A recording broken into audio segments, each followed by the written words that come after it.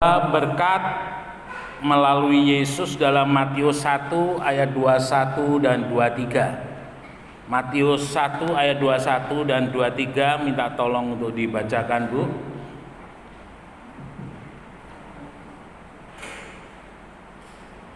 Injil Matius pasal yang pertama ayat yang ke-21 dan 23.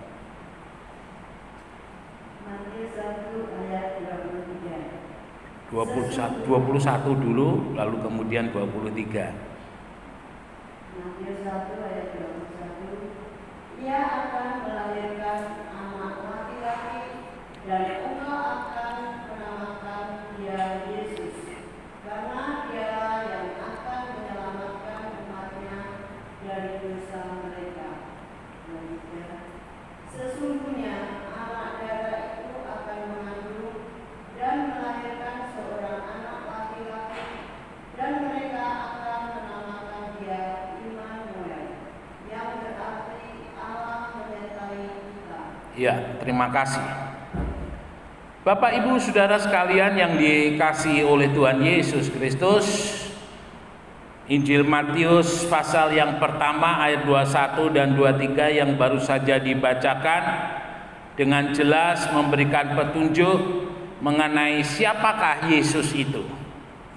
Dari ayat ini kita tahu bahwa yang pertama arti daripada Yesus itu adalah dialah yang akan menyelamatkan umatnya dari dosa.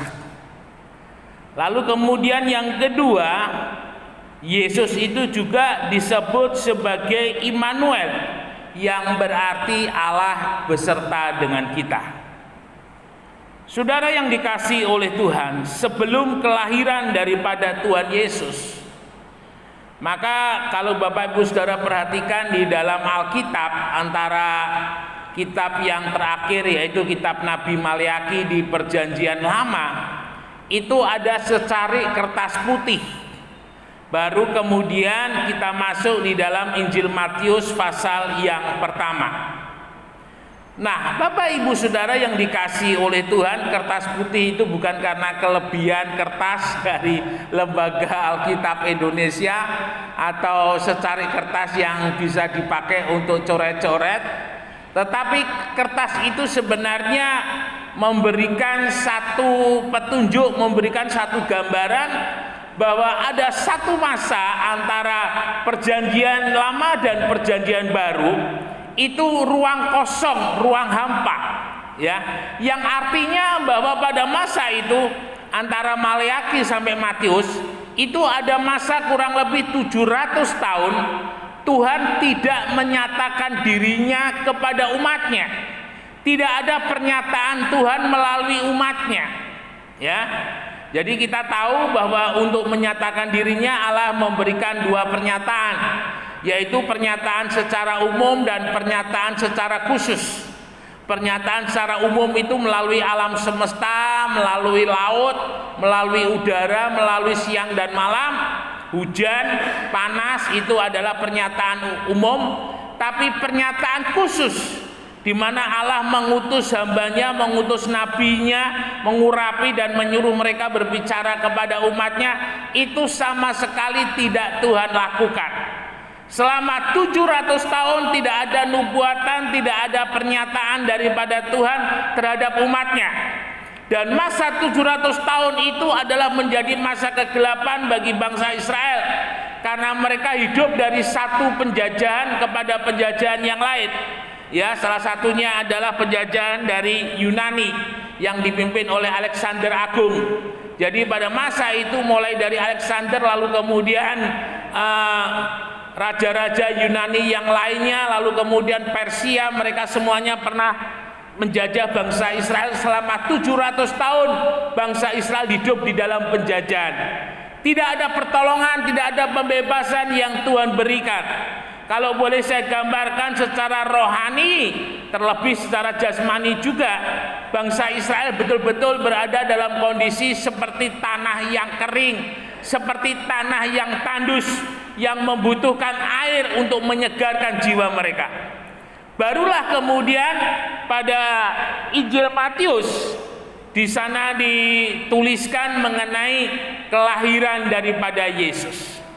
Dan kita harus sadar Bapak Ibu Saudara bahwa Yesus itu dilahirkan bukan karena keinginan biologis antara laki-laki dan perempuan. Karena sampai dengan hari ini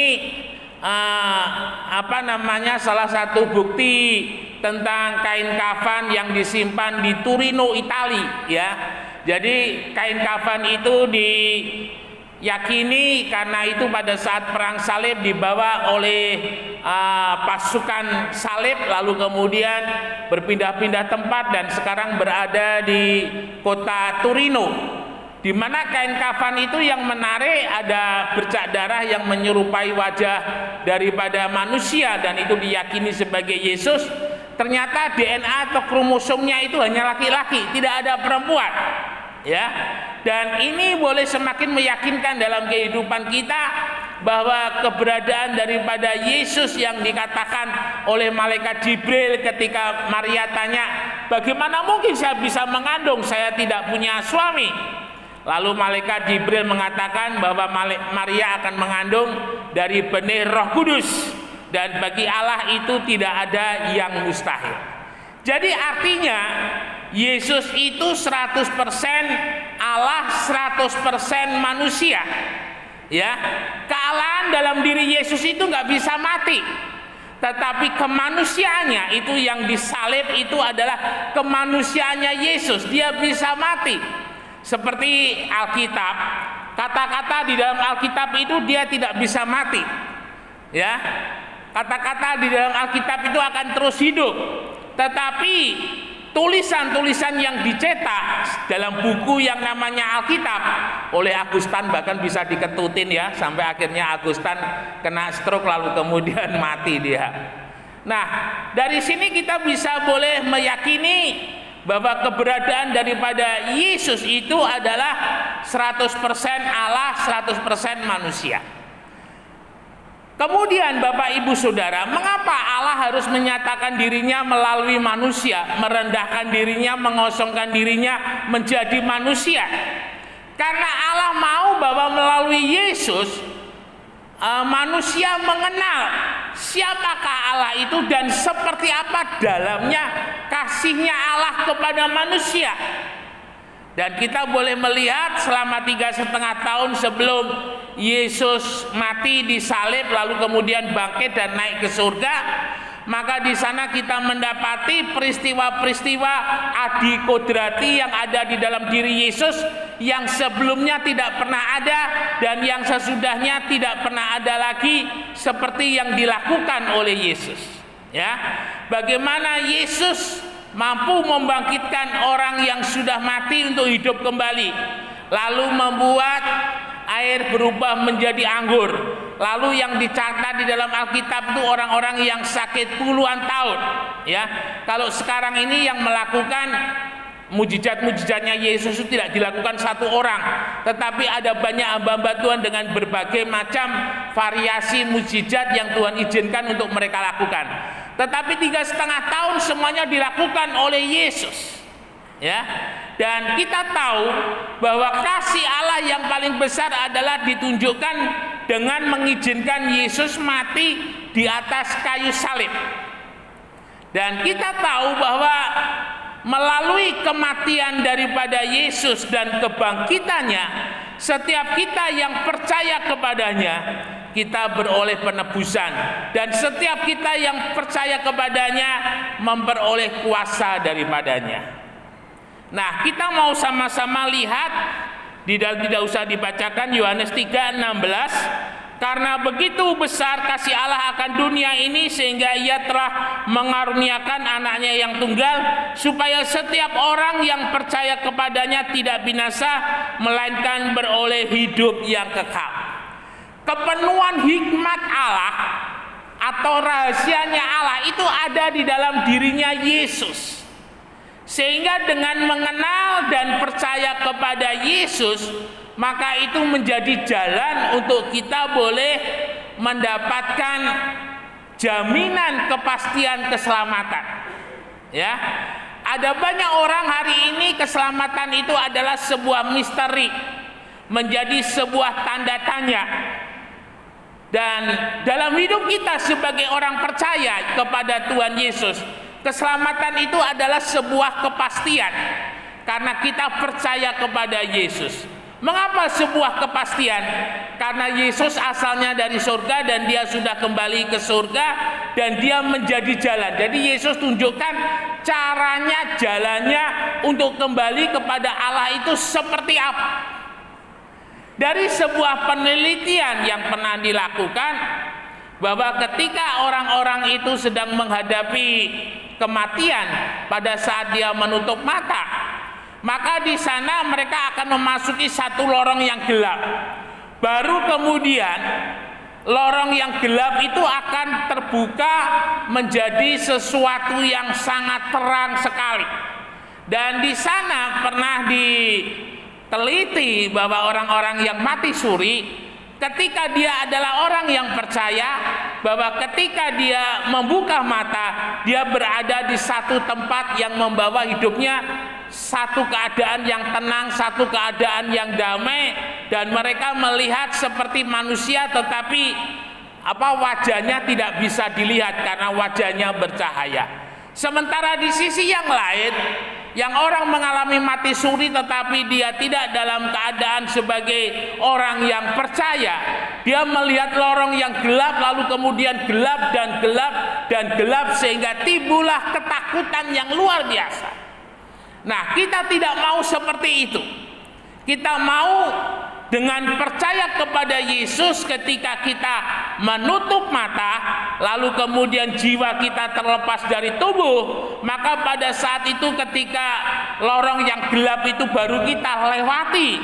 Karena itu kalau boleh saya bilang adalah satu terowongan antara manusia jasmani kita ditinggal dan masuk kepada manusia yang kekal, manusia roh. Dan itu ada pemisahnya, dan itu terowongan hitam tadi. Dan ketika kita membuka mata, kita boleh melihat wajahnya Yesus. Ketika kita membuka mata, kita boleh berada di satu tempat di mana dalam Wahyu 14:13, satu tempat yang penuh dengan damai sejahtera. Karena segala jerih lelah kita tidak lagi ada di sana. Nah, Bapak Ibu Saudara yang dikasihi oleh Tuhan, itu hal yang pertama. Jadi Yesus menyelamatkan karena dosa tidak bisa membawa manusia kembali kepada Allah. Tetapi melalui percaya kepada Yesus dan lewat penebusan yang telah dilakukan oleh Yesus, maka kita bisa kembali kepada Allah. Lalu kemudian hal yang kedua, ya, kita terhindar dari keadaan-keadaan kesulitan dan kesukaran karena Immanuel, Allah yang menyertai kita. Jadi hidup setelah kematian kita diselamatkan. Lalu bagaimana dengan hidup kita ketika kita masih ada di dalam dunia ini? Immanuel, Allah yang beserta dengan kita. Kalau dalam Injil Matius pasal yang 28 ayat yang terakhir, ketahuilah aku menyertai engkau sampai kesudahan zaman. Nah, Bapak Ibu Saudara yang dikasihi oleh Tuhan, kita sama-sama pagi hari ini mau melihat supaya setiap orang yang percaya kepadanya tidak binasa, melainkan beroleh hidup yang kekal. Bapak Ibu yang dikasihi oleh Tuhan, memperoleh hidup. Hidup itu kalau boleh kita istilahkan di dalam sebuah rumah tangga yang hidup itu adalah rumah tangga yang penuh dengan kebahagiaan dan sukacita. Kalau di dalam bisnis, hidup itu adalah bisnisnya terus maju dan bergerak, ya.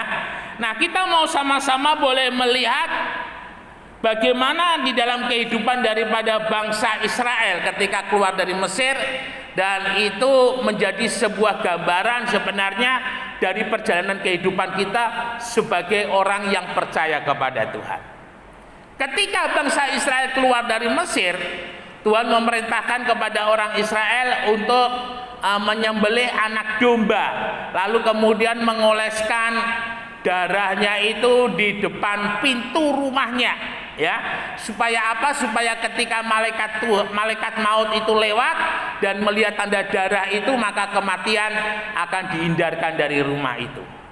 Bapak Ibu Saudara yang dikasihi oleh Tuhan, ketika hidup kita sudah dipercaya kepada Tuhan Yesus dan hidup kita sudah ditebus melalui pengorbanan daripada Yesus, hal yang pertama yang kita dapatkan adalah Immanuel, Allah yang menyertai dalam hidup kita. Bangsa Israel disertai oleh Tuhan melalui tiang awan dan tiang api.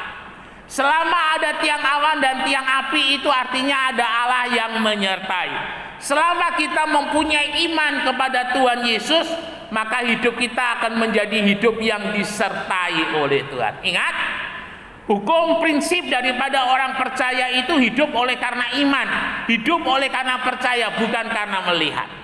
Sehingga setiap perkataan kita, perbuatan kita harus senantiasa mencerminkan iman kepada Tuhan Yesus. Nah, bangsa Israel ketika dipimpin oleh Tuhan keluar dari Mesir menuju ke tanah perjanjian, Tuhan membawa mereka ke jalan yang berliku. Iman yang besar adalah iman yang hidup di sebuah perjalanan yang berliku-liku. Semakin banyak pengalaman hidup kita bergaul dengan Tuhan, menikmati setiap masalah dan persoalan bersama-sama dengan Tuhan, dan kita melihat kemenangannya Tuhan ada bersama-sama dengan kita, maka kita akan sungguh-sungguh semakin kuat iman percayanya kepada Tuhan. Polikarpus, seorang murid daripada Rasul Yohanes. Jadi Rasul Yohanes itu punya murid namanya Polikarpus, lalu Polikarpus itu punya murid yang namanya Eusebius, ya. Dan Eusebius inilah yang nantinya dia salah satu bapak gereja yang mengkanonikan Alkitab Perjanjian Baru. Nah, Polikarpus ini saat itu dia menjadi uskup yang ada di Smyrna. Saat itu ada di Smyrna itu sekarang ada di daerah Turki, ya. 7 sidang jemaat itu ada di Turki modern sekarang ini. Nah, pada saat itu karena dia menjadi seorang hamba Tuhan, seorang yang percaya kepada Yesus, dan aturan pada waktu itu pemerintahan Romawi itu kaisar itu adalah dewa dan harus disembah. Nah, ketika Polikarpus menentang untuk menyembah kepada kaisar, maka Polikarpus dijatuhi hukuman mati. Sebelum Polikarpus dijatuhi hukuman mati, maka Polikarpus ditanya, "Kamu mau hidup atau mau mati?" Polikarpus katakan, kalau tidak salah 83 atau 73 tahun Allahku, maksudnya Tuhan Yesus yang dia layani, tidak pernah mengecewakan aku. Masakan hari ini aku akan mengecewakan dia. Oleh karena ucapannya itu, akhirnya Polikarpus dibakar hidup-hidup dan dia mati sebagai martir. Nah, saudara yang dikasihi oleh Tuhan Yesus Kristus, itu adalah hidup kita sebagai orang percaya, adalah hidup oleh karena iman sampai tetes darah yang terakhir. Artinya sepanjang hidup daripada Polikarpus, puluhan tahun dia melayani Tuhan, ada banyak mujizat yang dia nikmati, dan dia sungguh-sungguh tidak bisa membalas segala sesuatu yang Tuhan lakukan di dalam hidupnya. Nah, Tuhan bawa bangsa Israel keluar dari Mesir melalui jalan yang berliku-liku. Karena di sana dikatakan jangan-jangan di dalam kehidupan bangsa Israel kalau dibuat mudah dia akan melupakan Tuhan. Pelajaran yang pertama yang diterima oleh bangsa Israel ketika keluar dari Mesir adalah diperhadapkan oleh Tuhan dengan laut yang ada di depan dan orang Mesir yang mengejar di belakang. Bapak Ibu Saudara, artinya Tuhan buat bangsa Israel dalam satu masalah persoalan yang tidak ada pintunya, yang tidak ada jalan keluarnya secara manusiawi. Dan di sana kita lihat yang sebenarnya Tuhan mau bangsa Israel adalah percaya kepada Tuhan yang sudah membawa mereka keluar dari Mesir. Tetapi kenyataannya bangsa Israel katakan, "Musa, bawa kami kembali ke Mesir." Saudara yang dikasihi oleh Tuhan, pada saat itu Tuhan memerintahkan kepada Musa, "Angkat tongkatmu," dan Tuhan membelah lautan itu menjadi jalan. Di sini kita bisa menarik satu kesimpulan, ketika kita berjalan beriman kepada Tuhan, maka Yesus itu akan senantiasa menjadi pintu. Yesus itu akan senantiasa menjadi jalan keluar saat tidak ada jalan. Yesus adalah satu-satunya sumber pertolongan. Kadang kondisi kita dibawa oleh Tuhan dalam kondisi yang kejepit, yang kepepet. Ingat baik-baik, meskipun kita dari kanan kiri muka belakang dipepet, selalu ada jalan di atas. Ya, ketika ketika kaki sudah tidak kuat untuk berdiri, maka lutut itu bisa dipakai untuk berdoa. Ketika tangan itu sudah tidak kuat lagi untuk diangkat, maka tangan itu bisa dilipat untuk berdoa. Artinya selalu ada jalan ketika kita percaya kepada Tuhan. Dia adalah Tuhan yang hidup, Dia adalah jalan keluar, Dia adalah pertolongan di dalam kehidupan kita. Peristiwa yang terjadi di Kana, ketika Ibu Maria melihat bahwa pada saat itu terjadi ribut-ribut di dapur yang ada di pesta perkawinan di Kana, Ibu Maria tanya, ada apa? Lalu kepala pesta mengatakan, Ibu, kami kehabisan anggur sementara pesta baru berjalan 3 hari. Artinya masih ada 4 hari lagi.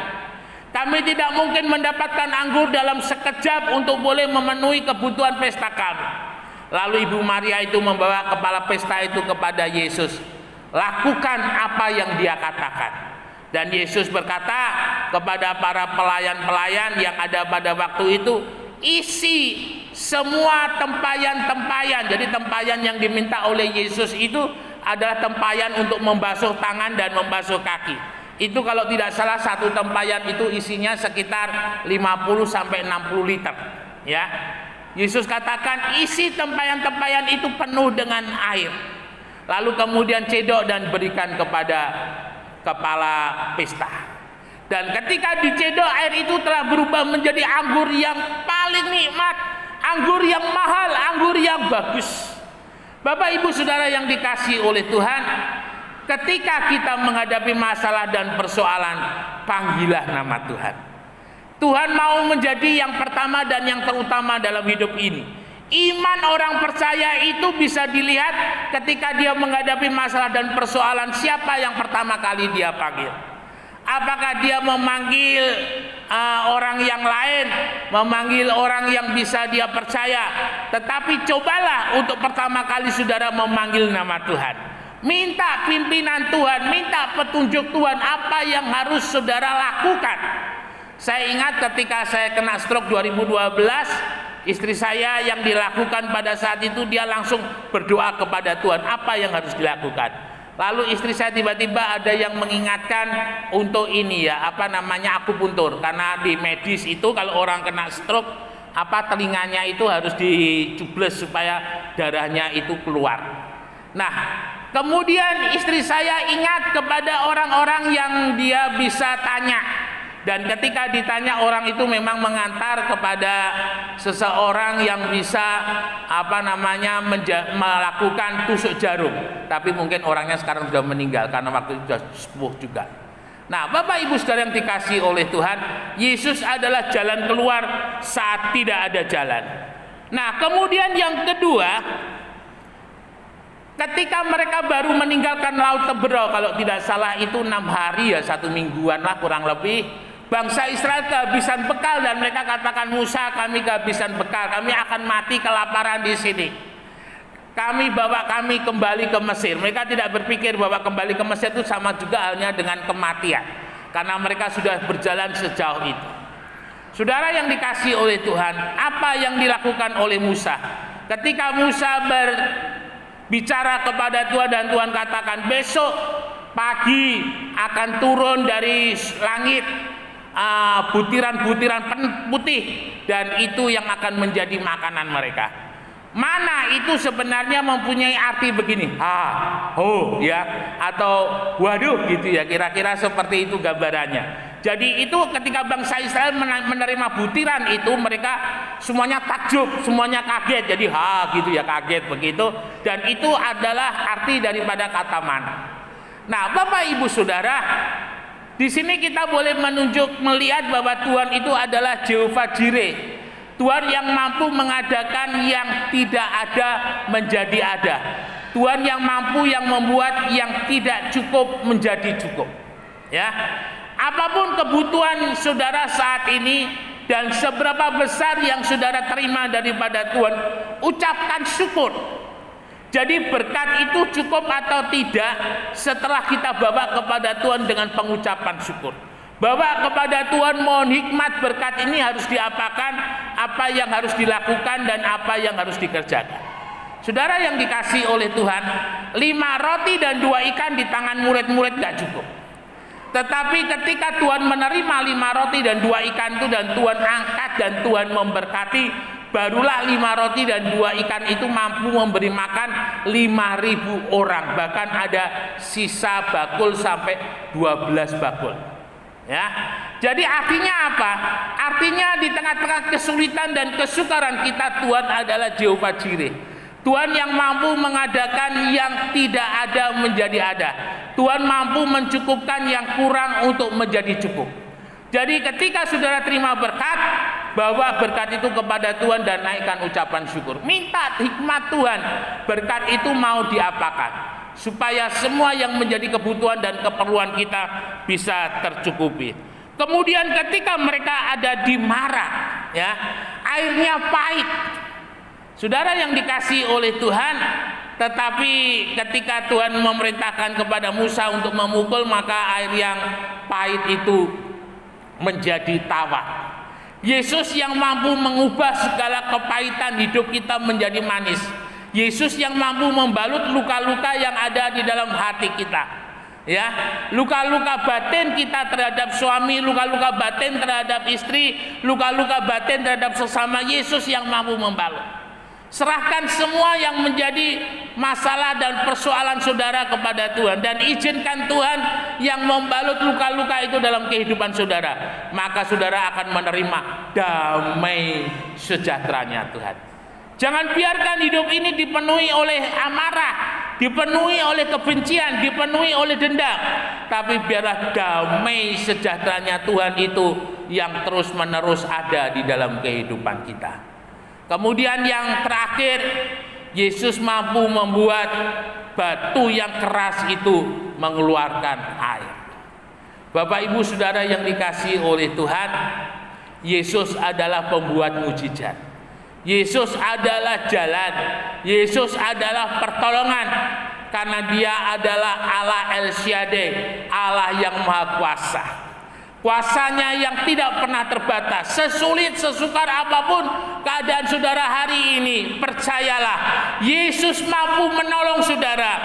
Yesus mau mengubah air mata saudara menjadi sukacita. Yesus mampu membuat kekurangan saudara menjadi kelimpahan. Yesus mampu membuat yang mustahil menjadi tidak mustahil. Yesus mampu membuat rahim-rahim yang mandul menjadi terbuka.